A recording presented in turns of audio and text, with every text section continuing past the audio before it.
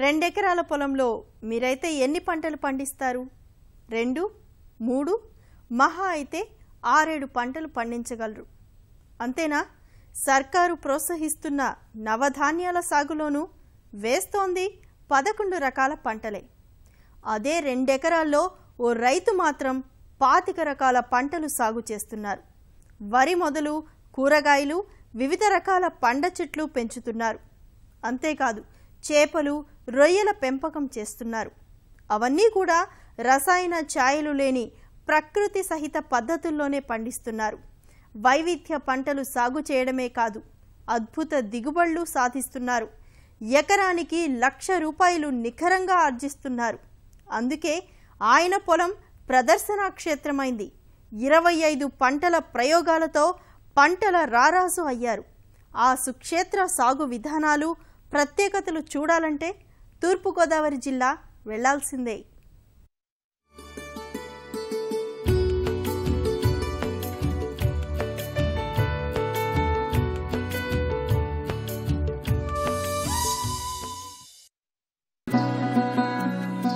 ధాన్యం, కూరగాయలు, పాలు, పండ్లు, మాంసం, ప్రతి కుటుంబానికి కావాల్సిన ఆహార పదార్థాలు, నిత్యావసర వస్తువులు. పట్టణాల సంస్కృతి పల్లెలకు పాకడం కారణంగా రైతులు కూరగాయలు పండించడం మానేశారు. పాడి గేదెలను తీసేసి పాల ప్యాకెట్లు తెప్పించుకోవడం ప్రారంభించారు. పొలం గట్ల మీద ఏదో ఒక పండ్ల చెట్టు వేసే రైతులు ఇప్పుడు ప్రతి ఫలాన్ని ఖరీదు చేస్తున్నారు. ఫలితంగానే సాగు భారమైంది. ప్రతి వస్తువు మార్కెట్ పైనే ఆధారపడి కొనుగోలు చేయడం మూలంగా పైసా మిగలడం లేదు. పంటపై వచ్చే రాబడి పెట్టుబడికి చాలడం లేదు. అయితే ఈ సమస్యలన్నింటికీ పరిష్కార మార్గం సమీకృత వ్యవసాయం, మిశ్రమ పంటల సేద్యమే. ఈ ఆదర్శ నమూనా విధానాన్ని తూర్పుగోదావరి జిల్లా కె. గంగవరం గ్రామానికి చెందిన అల్లూరి సూర్యనారాయణమూర్తి ఆచరిస్తున్నారు. కుటుంబానికి కావాల్సిన ప్రతి పంటని, ప్రతి పండుని తన పొలంలోనే పండించుకుంటూ సాగుని లాభసాటిగా మలుచుకున్నారు.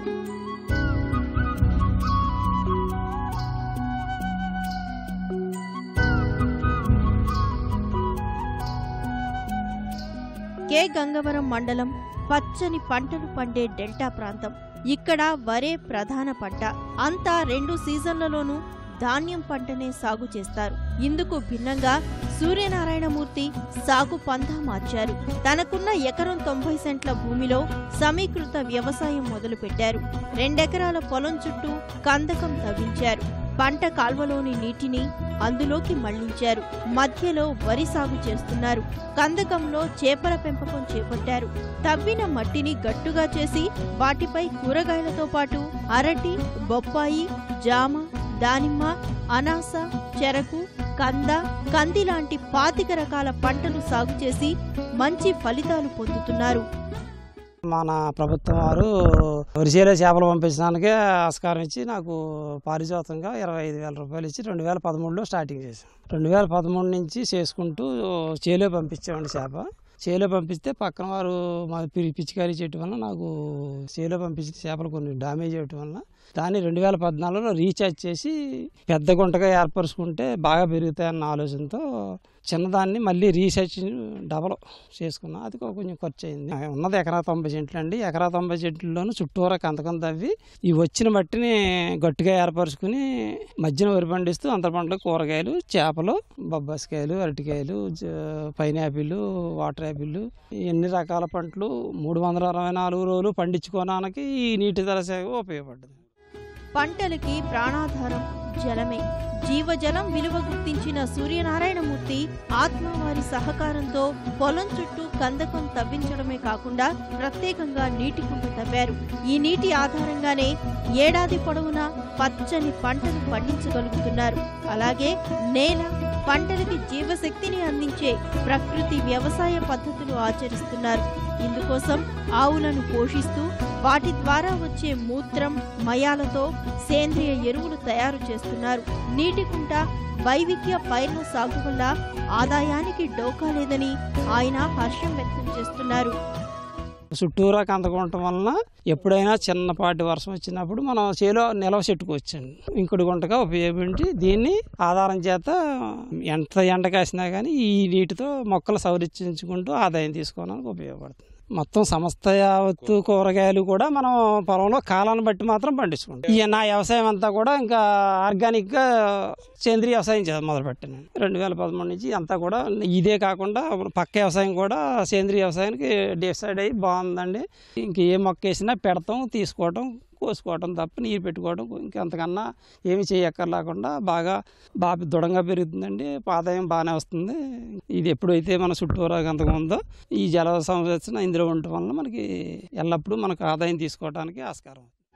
2013లో ప్రారంభించిన సమీకృత సాగు వెనుక అధికారుల ప్రోత్సాహం దాగి ఉంది. ఉండి కేవీకే శాస్త్రవేత్తలు, ఆత్మ అధికారులు వెన్నుదన్నుగా నిలిచి నూతన పద్ధతిని పరిచయం చేశారు. 25 పంటల విజయంతో నేడు ఎంతో మంది ముందుకొస్తున్నారని అధికారులు వివరిస్తున్నారు.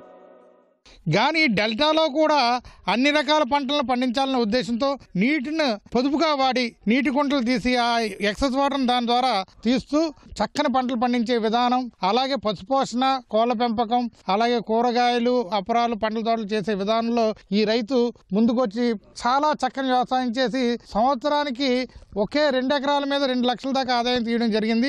ఇదే స్ఫూర్తితో చూసి చాలా మంది రైతులు, ముఖ్యంగా మా రామచంద్ర సబ్ డివిజన్, రామచంద్రపురం, గంగవరం మండలాల్లో సుమారు 8 మంది రైతులు ఇదే విధంగా సమీకృత వ్యవసాయ విధానాన్ని పాటిస్తున్నారు. అదే కాకుండా మిక్స్డ్ ఫార్మింగ్ లో 15 మంది రైతులు అలాగే వ్యవసాయం పనులు చేస్తున్నారు.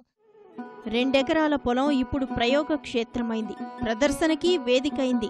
నిత్యం ఎంతో మంది రైతులు ఈ విలక్షణ పంటల పసిడి మాగాణ భూమిని చూసేందుకు వస్తున్నారు. ఇక్కడ సస్యశ్యామల పంటలు చూసి స్ఫూర్తి పొందుతున్నారు. తాము ఇదే పంథా అనుసరిస్తామంటున్నారు. ఈ వ్యవహారం, ఈ చెరువులు, ఈ సూర్యబాబు చేసే వ్యవసాయం వల్ల లాభమే కానీ నష్టం ఉండదండి. చేదంటే ఉడి పొలం 3 రకాలు 4 రకాలు పండిస్తున్నాడు. మంచిగా నెలకో రకం మార్చి వ్యవసాయం చేయడానికి బాగుంటుంది. చుట్టూ నీరు కుంట తవ్వేసి వేసవకాలం కూడా మంచి సమృద్ధిగా నీరు దొరుకుతుంది. ఇక్కడ అన్ని రకాలుగా కూడా పంట పండించే అవకాశం బాగుంటుంది. మేము చూసిన తర్వాత మాకు చేయాలనిపిస్తుంది. ప్రతి రైతు చేయడం మంచిది. కందని, పచ్చిమిర్చి అని, మామూలుగా కందని, కూరగాయలు అన్ని రకాలుగా 15 రకాలు పండిస్తున్నారండి. కష్టపడండి. ఆయన నీరు గుంట తవ్వించుకుని ఆ గుంట వల్ల యాసంకాలం కూడా మధ్యాహ్నం మే నెలలో కూడా పండిస్తున్నాడు అండి ఆయన. అలాగా మేము ఎవరో పండించలేకపోతున్నామండి. మేము ఊరుతున్నామండి. సంవత్సరానికి 2 పంటలు పండిస్తున్నామండి. సూర్యనారాయణ క్షేత్రంలో ప్రముఖంగా ఆకర్షిస్తోంది, ఆలోచన రేకెత్తిస్తోంది కందకమే. నీటి ఎద్దడికి పరిష్కారం చూపే ఇది ఉంట కాదు, జలసిరి అని రైతులు శ్లాఘిస్తున్నారు. మండు వేసవిలోనూ పంటలు కళకళలాడుతూ సుఫలాలు అందించడానికి కందకమే కారణమని హర్షిస్తున్నారు. ఈ నీరు కుంటల వల్ల అన్ని రకాల పాదైనా ఇంకోటి అన్ని రకాలు పండుతున్నాయండి. ఆయన పండిస్తున్నాడు 24 గంటల పాది రేటు అంటే అన్ని రకాల పండిస్తున్నాడు ఆయన. ఊరి పంట అంటే 2 పంటలతో ఆఖరు అండి. ఇవన్నీ రకాలు పండుతున్నాయండి. కాయగూరలు ఏంటి, బొబ్బాయి ఏంటండి, పచ్చిమిర అన్నీ పండుతున్నాయండి. చుట్టూరు నీరు వల్లే పండుతున్నాయండి. నీరు లేకపోతే పండదు కదండి. మరి మాకు 2 పంటలండి. మామూలు వరిసేను 6 తెరల మందు కొట్టవలసి వస్తుందండి. 6 తెరల మందు కొట్టినా దోమ ఆగట్లేదండి. ఈయన మందు కొట్టకలేదండి. మందు కొట్టకుండా పండుతున్నాయండి. ఏమైనా ఎత్తే పైరు వేస్తామండి. అది పండితే పండితే లేకపోతే లేదు.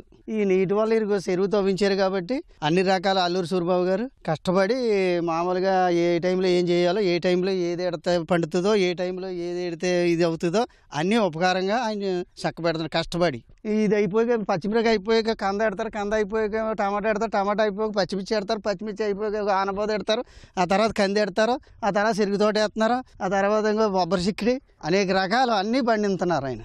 ఎలా అంటే నీరు వల్ల ఇంకోటి చెరువు తవ్వించారు కదండి, చేపలు ఇవన్నీ పండిస్తున్నారు. ఇప్పుడు పెట్టుబడి తక్కువ మీద ఎక్కువ లాభం తెస్తున్నారు. మరి అది ఖర్చు లేని. నీటి సంరక్షణ, ఆహార భద్రత, పౌష్టికాహార భద్రత సాధించే సమ్మిళిత సాగు ప్రయోగాలతో నలుగురికి ఆదర్శంగా నిలిచిన సూర్యనారాయణమూర్తి కృషికి గుర్తింపు లభించింది. గతేడాది కేంద్ర మంత్రి వెంకయ్య నాయుడు చేతుల మీదుగా పండిత్ దీన్ దయాళ్ ఉపాధ్యాయ అంత్యోదయ కృషి పురస్కారం 2016 అందుకున్నారు. నీటి కుంట సిరిల పంట పండిస్తోంది. జల సంరక్షణ ద్వారా ఏడాదంతా పంటలు సాగు చేస్తున్నారు ఈ రైతు. మిగతా రైతుల్లోనూ స్ఫూర్తి నింపుతున్నారు. కెమెరామెన్ రమేష్తో సాయి, ఈటీవీ న్యూస్, తూర్పుగోదావరి జిల్లా.